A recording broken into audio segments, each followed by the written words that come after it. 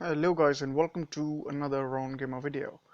This will be a review of the new reskilled release of Firestryke that we shall see an event for coming tomorrow. That's Thursday, the 16th of July.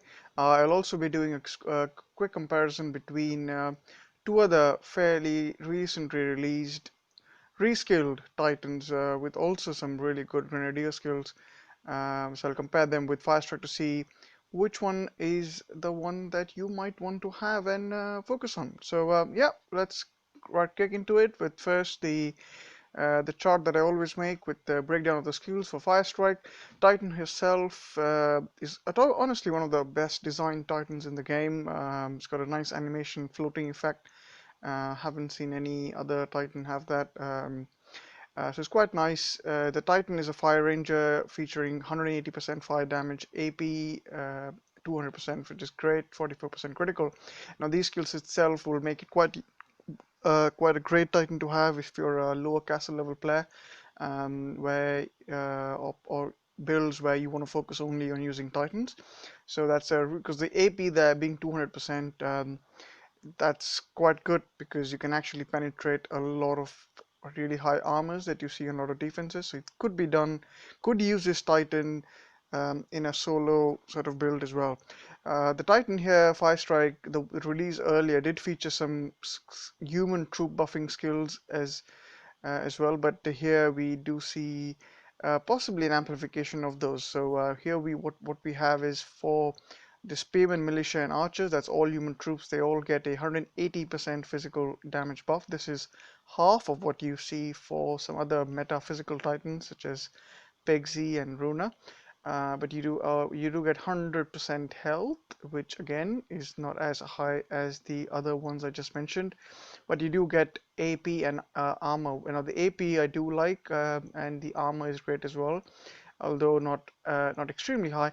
But 100% is something you can work with, which does give you some fairly viable meat shields options. Obviously, amongst the three, you probably want to only use spearmen as your meat shields and not militias, archers. But the fact that archers also get there is an AP element to this. There is a possibility that maybe you mix in a few archers along with your spearmen just to add a different elemental sort of loadout in terms of damage.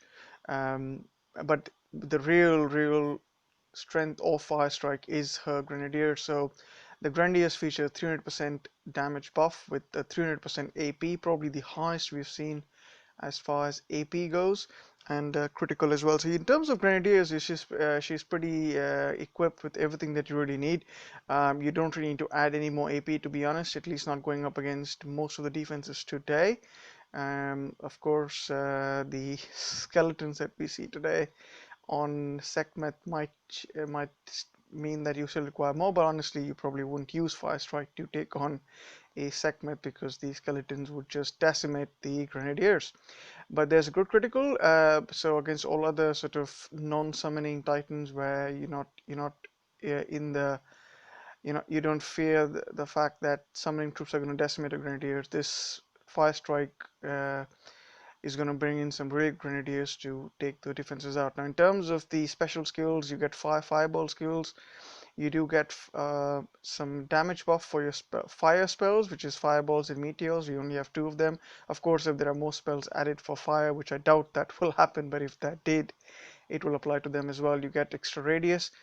And what's interesting here is that on every time a fireball has been cast, you get 40% additional fireball damage. So if you start off with 5 of them, by the end of casting 5 fireball spells, you actually will end up with additional 200% fireball and meteor spell damage. That means your fireballs that are cast 6th fireball spells onwards will have 400% fireball damage. That's pretty brilliant. So that could actually do something very interesting. I wonder how it will act up against troops that are completely fire resistant. Quite interesting to see also how this increased fireball damage actually works on skeletons, because as we know, lightning spells just totally decimate them. So do fireballs cause any these enhanced fireball spells? Do they do anything to them? Be interesting to see. Right, so that's when in terms of the prestige skill, before we move on, there is this. I think this is one of the titans where actually it's worth, if you are going to be maxing this titan, to actually get a prestige skill on, because you get I'm not sure where it starts off at, but at prestige level 10 you do get 100% base damage for grenadiers. I believe it might start at 80% for at level 1, and every time an enemy dies you will get plus 5% troop armor and AP, which actually is not a great skill. So it's the base grenadiers damage buff, which is what you want. And in fact, this could, is really something that you might want to consider if you're building this Titan up. So that's Firestrike. Yeah, hopefully there's something you would want from this. This is a 19,000 souls event, which is a bit lower than what we saw previously. Has been quite crazy with the with Hachiman, and then the recent release of Sekhmet. But so this is not 25k souls. You get 1.4 using an old, well, using a Sulzar or an old Firestrike if you have one. I have an old Firestrike lying around at level 20. I don't know whether I'll use him or not, her or not. You shall see. Um, you get 1.2 with Artemis and Atlas, which are both available in the current Theaters of War. If you don't have one of those, if you don't have the 1.4 boost, and you're considering going for Firestrike, then maybe you want to pull one of those. Between the two, I probably would go with, hard to say, but I actually might just go with Artemis because she summons, but Atlas is good, but both of them, to be honest, pretty sad. 1.1 for any 4-star and 3-star fire titans, which means, and this is an if though, if you have one of those Ilzar's ring, the one that boosts the souls, which gives you plus 2 souls for battle, this will mean that if you have an Ilzar or an Ishkar, or even Tengu, you should be able to run with a 1.3 boost.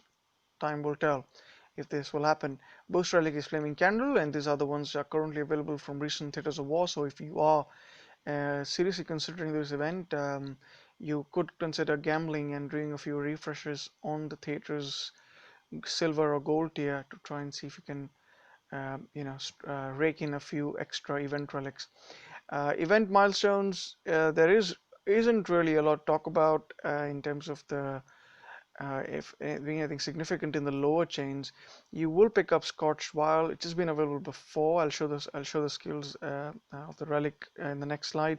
You get Yeluth, which is a 11,000 souls one. It's actually was also a fire ranger. If you don't know what the Titan is, it's a fire ranger which has X skills for grenadiers, not as high as with Firestrike, and you do get some X skills for grenadiers. It's a grenadiers and Goliath build.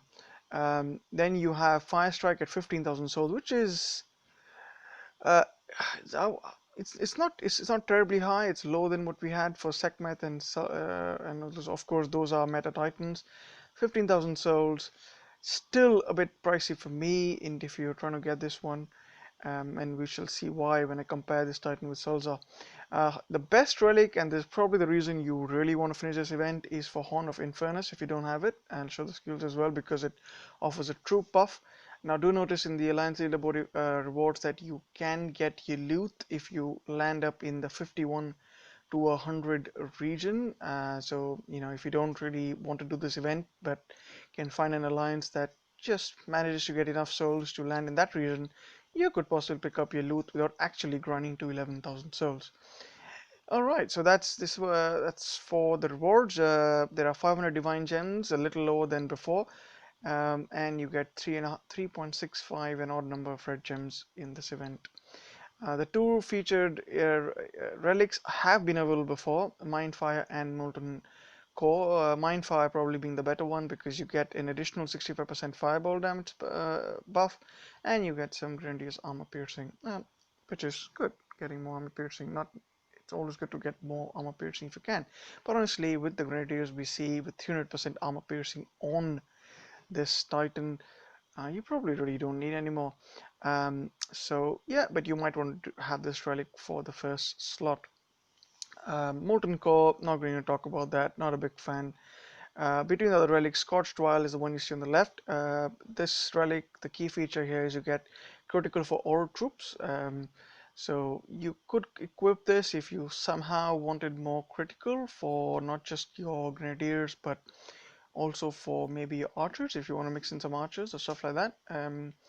Right, and then you have Horn of Infernus, and this is probably the best relic in the event, and probably one you probably will want to equip on your Firestryke, or probably really any Grenadier based build, because you get all troop damage 30%, you get 50% Titan and Army fire damage. That means a very strong buff for your Grenadiers, and your Grenadiers get critical and armor piercings. It's an all-round relic.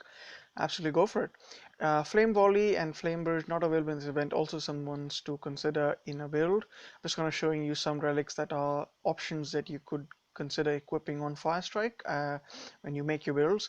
Fire Tome is a Pantheon relic, not available in this event, of course, and not available in any event, I would think, because it's only a Pantheon relic. But these are some of the relics where you can get some fireballs. So Fire Tome, Flaming Rune, love the Flaming Rune relic, available quite often now in the Corrosion event, and Staff of Flames. Notice Staff of Flame also gives you 40% all fire spells damage buff. So which means if you equip Staff of Flames and you equip what's the other one? Ooh, where's the page gone blank? Right. If you equip the Mindfire relic along with the other, like, oh, why is this gone blank? Right. I'll have to be coming back in a second.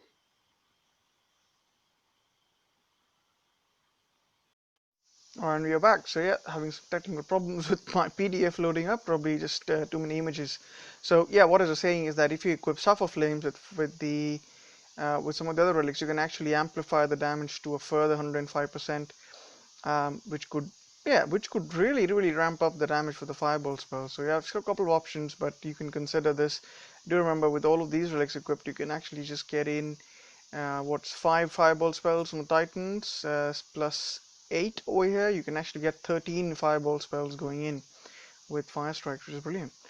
Some more relics for if you want to have critical. You do start with 44% on the Grenadier, so um, you may or may not want to actually add too many too many relics for critical, but if you can get it to 100%, obviously that's good.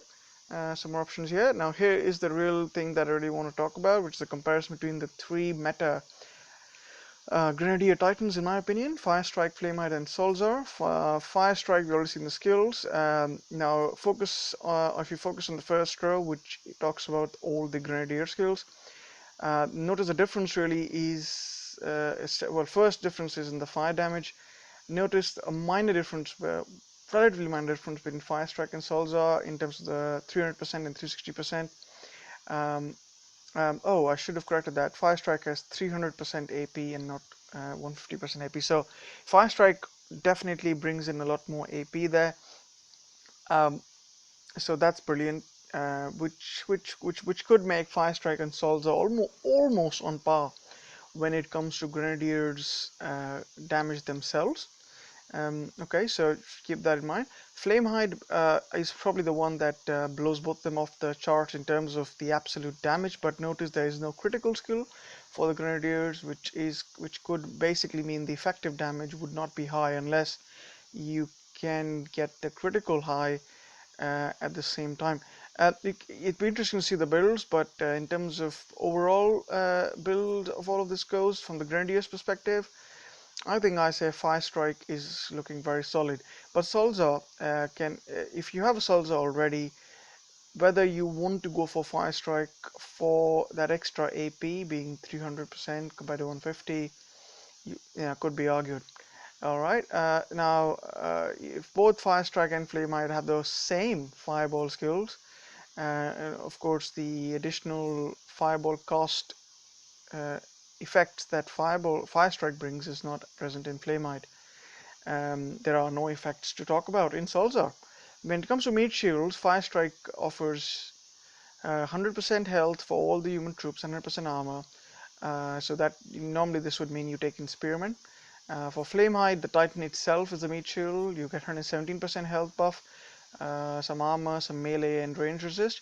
Now, as far as the Titan goes, it's a good buff to have, but remember, if you only have one meat shield, that's going to be very hard to tank in high amount of damage.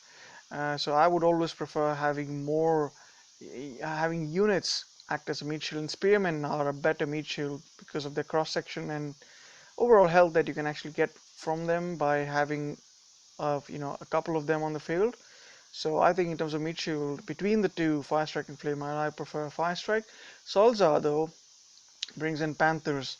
Now Panthers, although they don't have as good a cross section as your Spearmen, which the Firestryke can bring, they are fast, and you can actually dodge damage. You can kite and stuff like that, but you can't really kite with Spearmen, can you? So I think overall, when it comes to this, my sort of opinion on this would be Sulzar overall, from having maneuverable Panthers and uh, very well matched uh, Grenadiers. I would say Sulzar has a slight edge over Firestryke, um, even when it comes to defense, because you know uh, your spearmen, when they are on defense, are not going to cause a lot of damage. Yes, there is a 180% damage buff, but that's not going to be worrying you. So in my opinion, Sulzar stands out. All right, let's looking forward. We do have raid boss event, the Hunters, that's coming in next week. Uh, so 21st of July, you will actually be able to win a Huntress from this event, but you also go up against Huntress in the event as well. So do try and get yourself in a strong alliance after the current event ends, so that you are able to, if you're not watched one of my videos, perhaps do that about what raid boss event is. Might be useful for the new people. Looking at the calendar event release, we do have Pigsy that's coming in on 23rd July. That's going to be the next alliance event. Honestly, if you're thinking between whether I should do the Firestryke event or should save up and do the Pigsy event, I'd say save for the Pigsy. Pigsy is still great, ugly but great, um, because the buffs that you get for the physical troops is just magnificent. Hunters, even though skills are good, as far as a Titan goes, I think it's just a collector's item. So yeah, I think that's what I would say, guys, for this event. Now, do note that whenever we do get raid boss events, they do have in the reward chain, soul boosting relics for the event following. So if you do get yourself in a good event alliance for the raid boss, which will mean that you will be equipped with a bunch of soul relics for the Pigsy event. So if you're planning to go for Pigsy, get yourself in an active full alliance with high level castle players for the event. And of course, on before we go away, there's also a little sneak peek we get about something called an Iron Herald solo war. We don't really know what it is, but going with the name Iron being physical, my guess is this is going to be a physical element relic solo event, but we shall see. Alright guys, that's it for this video. I hope you found the analysis interesting. If you like this video, do let me know. I'll catch you all in another Wrong Game video.